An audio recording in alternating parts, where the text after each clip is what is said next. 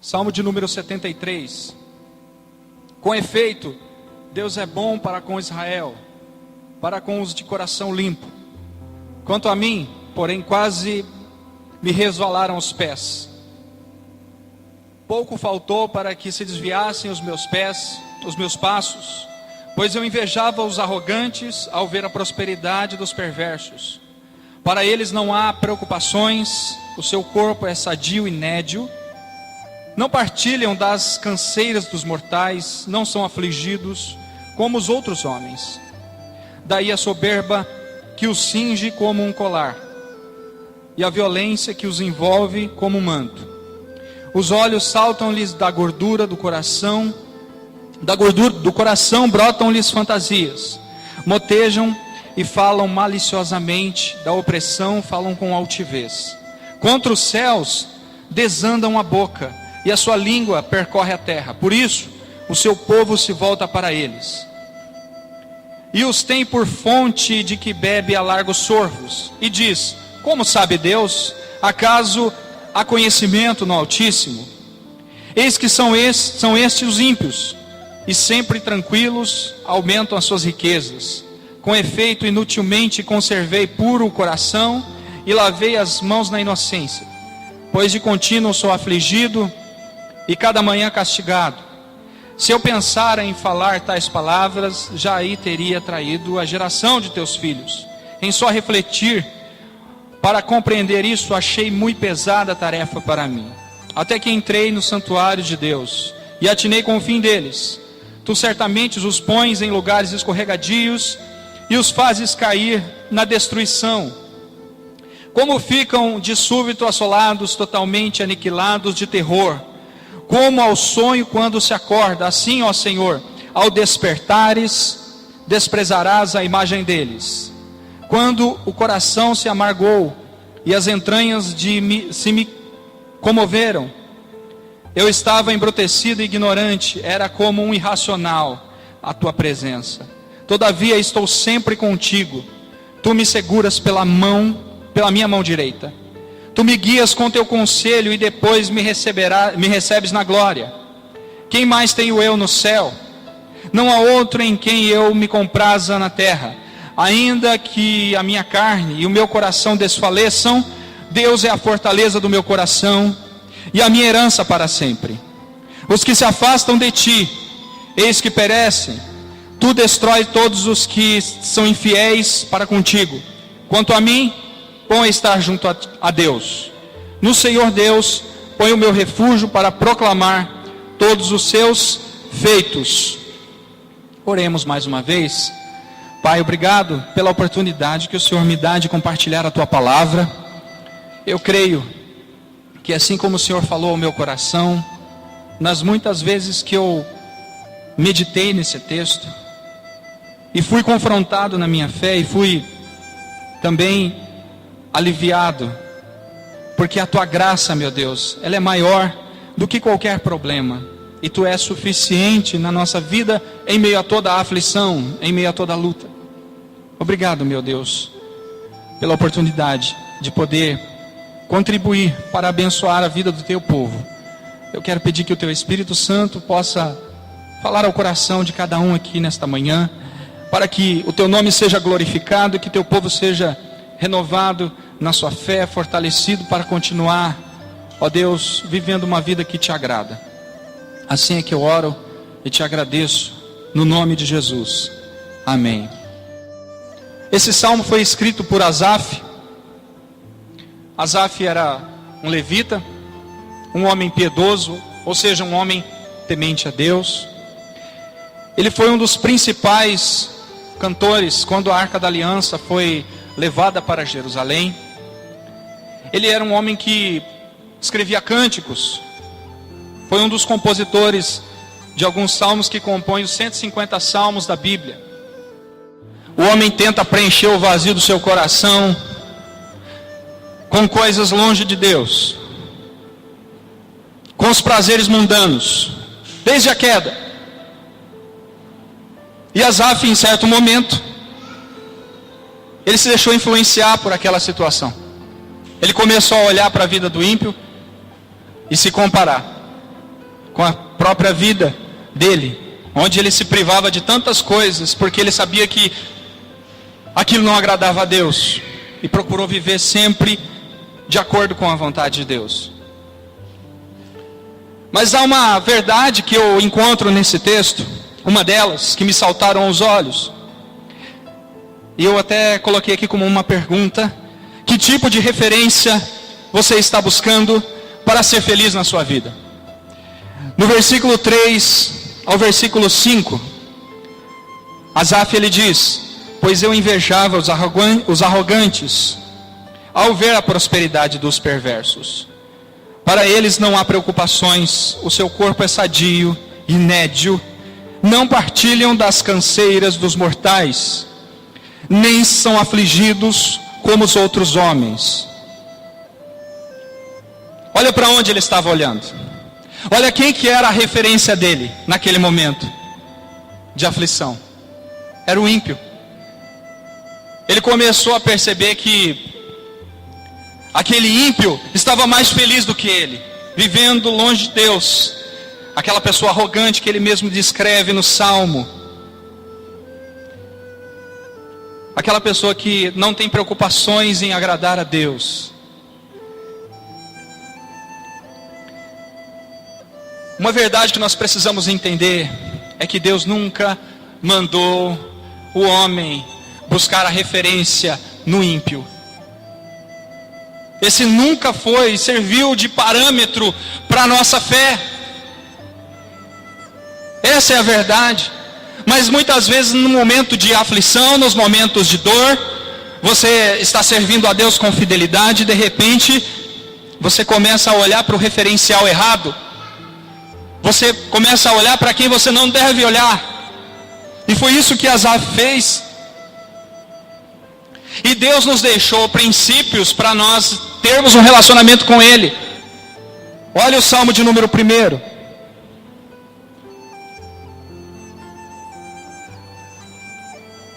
Bem-aventurado o homem que não anda no conselho dos ímpios, não se detém no caminho dos pecadores, nem se assenta na roda dos escarnecedores. Antes o seu prazer está na lei do Senhor, e na sua lei medita dia e noite. Os princípios estabelecidos por Deus são de acordo com a lei de Deus, a palavra de Deus. Foram esses os princípios que Deus estabeleceu para o homem, para que ele tivesse um relacionamento com o seu Criador. Não foi aquele padrão mundano, porque a felicidade do ímpio é uma felicidade ilusória. Percebe-se que Asaf ele fez uma avaliação superficial. Ele viu aqueles momentos de alegria daquele ímpio, daquela pessoa que não teme a Deus, que estava desfrutando de aparente alegria e felicidade. Mas ele não acompanhou aquele ímpio todos os dias da vida dele. E esse é o perigo de nós fazermos uma avaliação da vida de maneira muito superficial.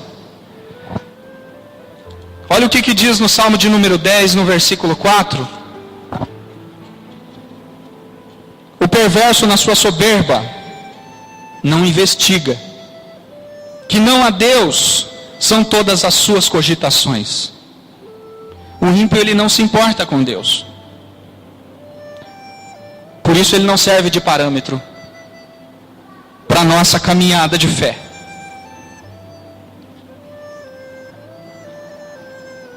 E o Salmo de número 73, que nós lemos, ele nos apresenta o parâmetro. Observe o versículo 1. Com efeito, Deus é bom para com Israel. O nosso referencial maior é Deus, por causa da sua bondade. Esse é um dos atributos morais de Deus, a bondade dele. E é por isso que nós devemos entender que nós devemos ter Ele como maior referência na nossa vida. Interessante que o fato de Deus ser bom não significa que Ele não vai permitir as aflições, os momentos de dor, os momentos de dúvida, de incertezas que nós enfrentamos. Se você observar o Salmo de número 34, versículo 18, está escrito: muitas são as aflições do justo, porém de todas o Senhor o livra. A bondade de Deus está ali em livrar. Ele permite as aflições, os momentos de lágrimas, mas Ele livra. E Ele não livra porque nós somos merecedores, porque nós somos bons, porque Ele viu algo de bom em nós, mas é pela sua graça, pela sua bondade. É por isso que Deus nos livra das aflições. Não vai faltar o consolo de Deus na nossa vida quando nós estivermos passando por um vale. Imagine que Asaf era um homem que tinha intimidade com Deus e ele se vê em crise na sua fé, porque ele olhou para o referencial errado. Mas Asaf, ele pôde aprender muitas coisas acerca dessa experiência que ele teve.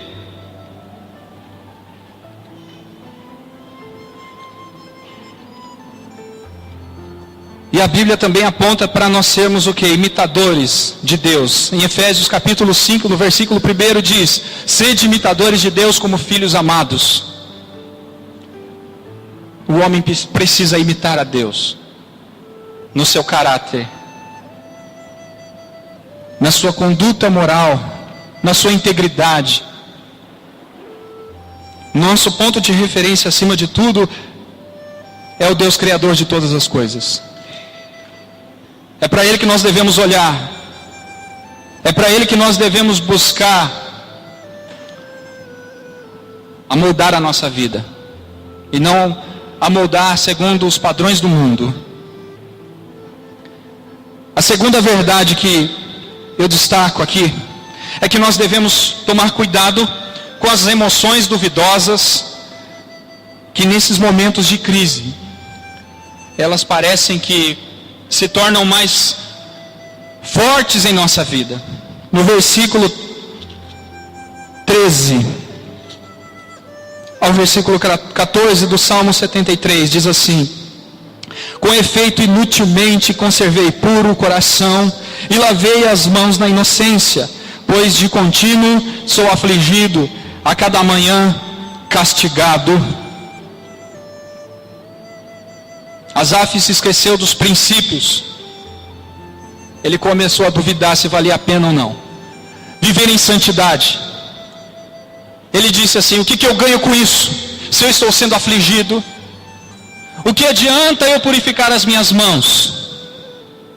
Se não está valendo a pena, se eu não estou prosperando, se a minha vida não está saudável como aquela do ímpio. O questionamento dele foi esse. Interessante que naquela época não havia cultos de prosperidade, porque nos nossos dias as pessoas têm sido influenciadas por um evangelho que não é o evangelho de Jesus, que promete prosperidade, saúde, milagres, que na realidade Jesus nunca prometeu dessa maneira que é pregada, dessa maneira que é proferida, ensinada. E Asaf não participou de um culto de prosperidade, onde ofereciam-se bênçãos, onde prometia-se fim do sofrimento, porque isso é uma irrealidade. Jesus disse: no mundo tereis aflições, e a palavra de Deus diz que muitas são as aflições do justo, daquele que teme a Deus. Sabe por quê? Que eu e você enfrentamos lutas e dores aqui nessa terra, porque nós não pertencemos aqui. Nós estamos aqui de passagem, mas há um futuro glorioso para nós, na eternidade com Deus. Há uma perspectiva mais elevada, que nós precisamos entender, que faz parte da vida daquele que tem a vida eterna em Cristo Jesus. Que mais do que prosperar e ter saúde, e ter tudo aquilo que você gostaria de ter, é você ter comunhão com Deus.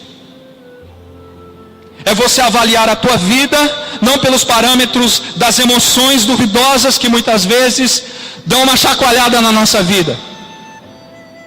Há pessoas que diante de circunstâncias tão terríveis tomam decisões erradas.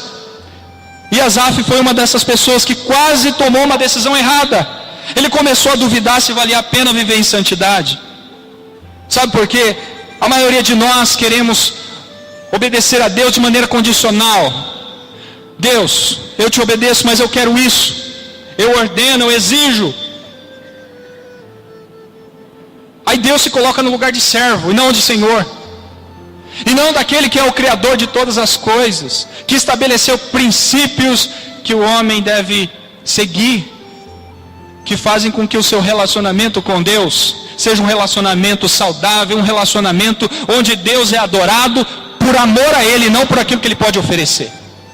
Onde Deus é reverenciado, não por aquilo que Ele pode oferecer para nós de bênçãos, mas por aquilo que Ele é. Ele é santo e digno de adoração. Ele é o Criador de todas as coisas. Então toda a criação, tudo aquilo que Deus criou, foi para glorificá-lo. Então eu e você nascemos para glorificá-lo. Não foi para termos regalias e vivermos de acordo com aquilo que a gente acha. O homem continua buscando satisfazer o vazio do seu coração com aquilo que não é Deus. E por isso ele se frustra.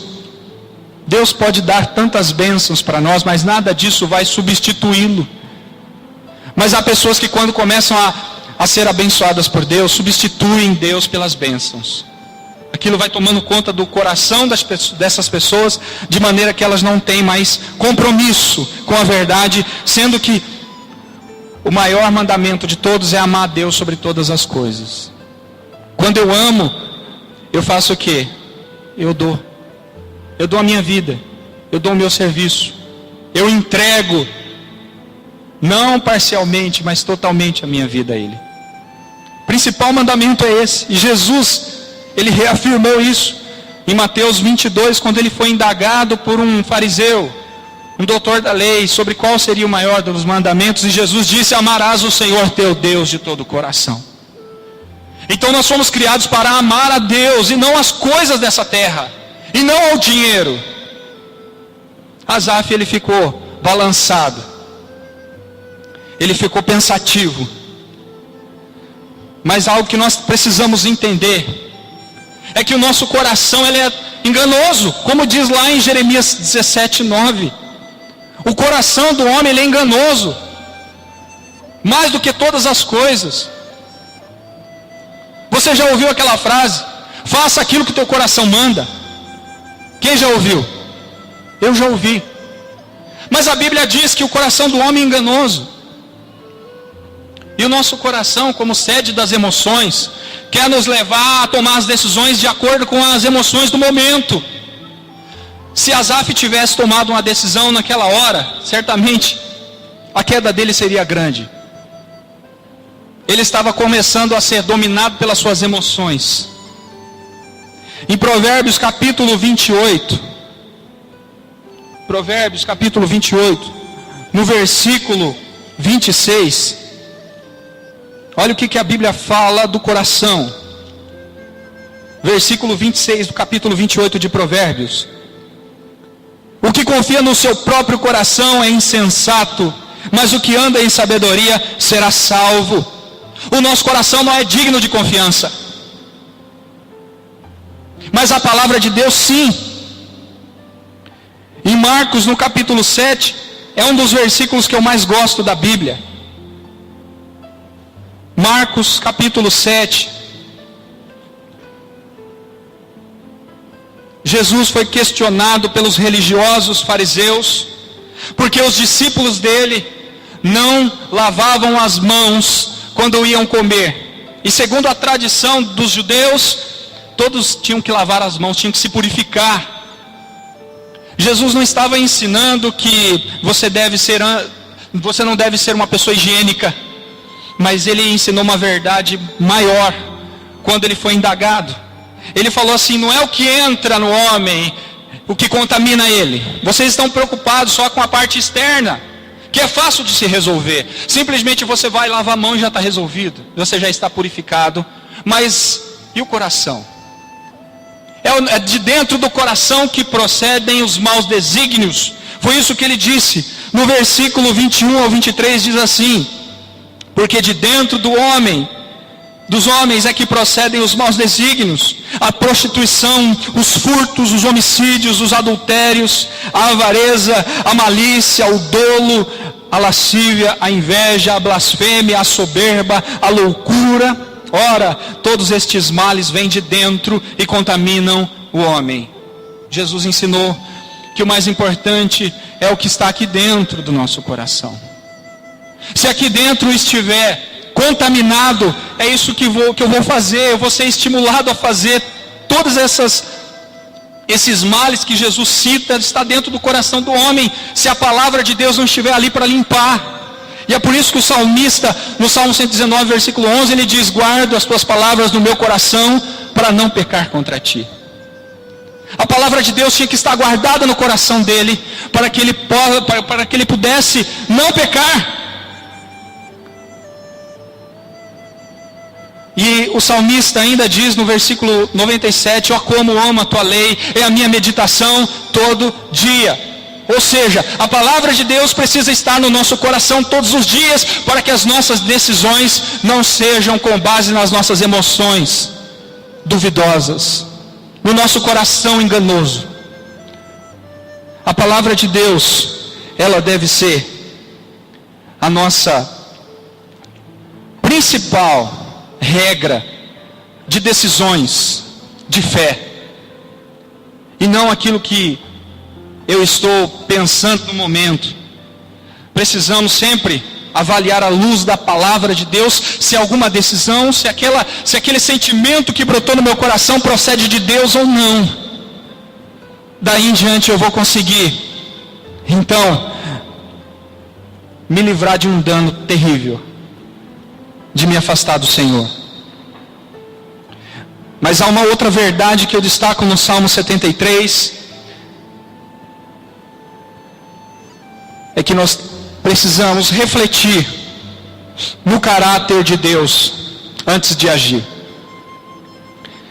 Asaf, então, ele olha para o referencial errado, depois ele permite que as suas emoções aflorem de tal maneira que ele começa a questionar se vale a pena viver em santidade ou não. Ele estava quase obedecendo às suas emoções, mas há uma experiência que ele teve que muda as suas perspectivas, que muda tudo aquilo que estava o incomodando naquele momento. Observe o versículo 15 ao 22 do Salmo 73. 15 ao 22 diz assim: se eu pensar em falar tais palavras, já aí teria traído a geração de teus filhos. Em só refletir para compreender isso, achei muito pesada a tarefa para mim. Até que entrei no santuário de Deus e atinei com o fim deles. Asaf, ele entrou no santuário, no templo, para adorar a Deus, e ele começou a refletir no caráter de Deus. Tu certamente os pões em lugares escorregadios e os fazes cair na destruição, como ficam de súbito assolados, totalmente aniquilados de terror. Como ao sonho quando se acorda, assim, ó Senhor, ao despertares desprezarás a imagem deles.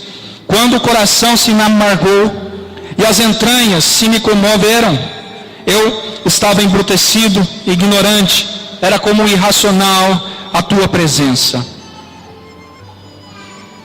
As perspectivas de Asaf foram mudadas a partir do momento que ele entrou no templo para adorar a Deus.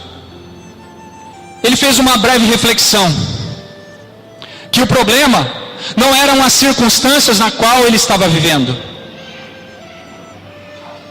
que o problema não era o ímpio prosperar e continuar vivendo no pecado, e continuar vivendo longe de Deus, como se Deus não existisse.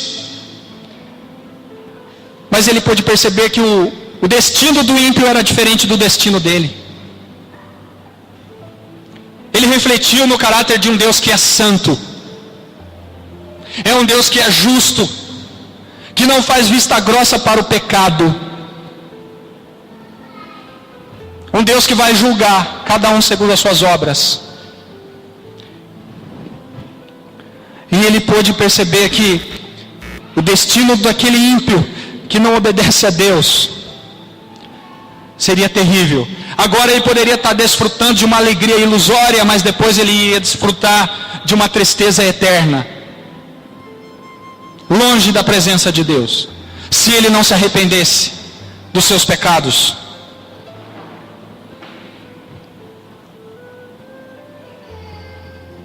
Todo pecado terá sua punição.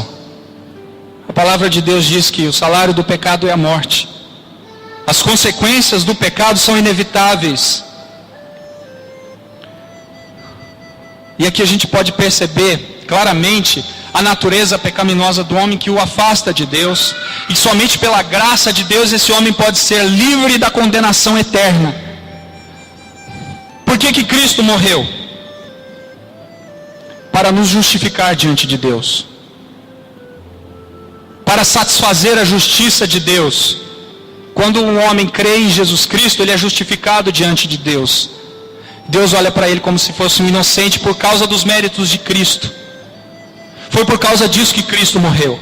E quando nós refletimos no caráter desse Deus que é santo, antes de agir, nós não andamos mais por esse caminho perigoso, que nos leva a atender as nossas emoções enganosas. Era a mera graça de Deus, sendo manifesta em várias circunstâncias, até desde o Egito até o cativeiro babilônico, que durou 70 anos. Ali já apontava para o maior ato de amor de Deus, enviando Jesus. Porque constantemente o homem se desviava, mesmo conhecendo a lei de Deus, mesmo conhecendo os princípios da palavra, o homem sempre se afastou, sempre buscou outros caminhos, que aparentemente eram mais agradáveis, mas se esqueceram que o Deus que é amor, que é o Criador de todas as coisas, também é justiça, e é um Deus santo. Até que o homem se arrependa e se converta, e se renda ao Evangelho de Jesus, ele está debaixo da ira de Deus. Abra lá em João, capítulo 3, versículo 36. João, capítulo 3, versículo 36. Olha o que Jesus disse. Jesus, ele foi um servo, sofredor, o Filho de Deus, que veio como homem para cumprir uma missão, que demonstrou todo o amor de Deus ali na cruz. Mas ele também, ele disse algumas palavras que não são tão agradáveis, mas que precisavam ser ditas. E diz assim: por isso quem crê no Filho tem a vida eterna. O que todavia se mantém rebelde contra o Filho não verá a vida, mas sobre ele permanece a ira de Deus. Até que o homem entenda que ele precisa de arrependimento, ele está debaixo da ira de Deus. Quando você conhece o caráter de Deus, os seus atributos, que não é só bondade, não é só amor, mas a justiça, você passa a entender melhor que há uma circunstância em que você precisa refletir antes de agir, em que você não pode desconsiderar essas verdades e dizer: Deus vai me perdoar e eu vou continuar do jeito que eu estou vivendo. Se não houver um arrependimento genuíno, você pode sofrer danos terríveis, como isso que Asaf ele observou. Asaf ele fez a leitura correta da vida quando ele entrou no templo para adorar a Deus. Ele abriu mão daquela avaliação superficial e ele começou a olhar com os óculos corretos, com as lentes certas da vida. E ele disse que nesse salmo ele descreve: realmente o destino dos ímpios é diferente do meu. Enquanto esse ímpio continuar no seu erro, ele vai estar debaixo da condenação, até que ele se arrependa, até que ele mude. Mas uma quarta e última verdade que eu destaco nesse texto, porque a experiência de Asaf transformou a vida dele, é que na comunhão com Deus está a verdadeira satisfação e felicidade. Ele percebe que Deus era suficiente na vida dele, através da sua comunhão. Toda essa experiência que ele teve foi decisiva para a sua caminhada de fé. E eu acredito que Deus, ele permite certas aflições na nossa vida, não para que a gente tenha dúvida do amor de Deus, da graça de Deus, de forma alguma, mas para que a gente amadureça na nossa fé, na nossa comunhão com Ele. Olha o versículo 24, diz assim, do capítulo 73 de Salmo: Tu me guias com o teu conselho e depois me recebes na glória. Quem mais tenho eu no céu? Não há outro em quem eu me compraza na terra. Ainda que a minha carne e o meu coração desfaleçam, Deus é a fortaleza do meu coração e a minha herança para sempre. Os que se afastam de ti, eis que perecem. Tu destrói todos os que são infiéis para contigo. Quanto a mim, bom é estar junto a Deus. No Senhor Deus ponho o meu refúgio para proclamar todos os seus feitos. Toda aquela dúvida que ele tinha, aqueles questionamentos, deram lugar a uma convicção inabalável: bom é estar junto a Deus. É caminhar com Deus, é ser guiado por Ele. Ele descobriu que Deus era suficiente na sua vida. Do versículo 23 ao 24 ele diz isso: Todavia estou sempre contigo, tu me seguras pela mão direita, tu me guias com teu conselho e depois me recebes na glória. Ele entende que Deus era suficiente. Depois ele descobre que Deus era a sua maior riqueza, quando ele diz no versículo 25: Quem mais tenho eu no céu? Não há outro em quem eu me compraza na terra. Deus era a sua maior riqueza. Depois ele descobre que maior prejuízo são aqueles que se afastam de Deus, quando ele diz: Os que se afastam de ti, eis que perecem. Tu destrói todos os que são infiéis para contigo. E ele descobre que na comunhão com o Senhor está a verdadeira satisfação. Quando ele diz: Quanto a mim, bom estar junto a Deus, no Senhor ponho o meu refúgio e para proclamar todos os seus feitos. Talvez essa experiência de Asaf fez ele refletir até mesmo nas canções que ele cantava no templo. Talvez ele adorava a Deus ali, mas aquelas canções não faziam tanto sentido, até que ele teve essa experiência. Porque às vezes, vou trazer aqui a lembrança de uma canção que chama-se Te louvarei, não importam as circunstâncias. Quem conhece essa música? Será que é verdade que aquilo que nós estamos cantando, nós estamos vivendo? Eu vou louvar a Deus, não importa as circunstâncias. Talvez Asaf ele pôde refletir sobre isso, se aquilo que ele estava cantando ele estava vivendo. Depois dessa experiência ele percebeu que muitas vezes ele não estava vivendo aquilo, porque ele ficou tão abalado que duvidou se valia a pena ou não continuar obedecendo ao Senhor.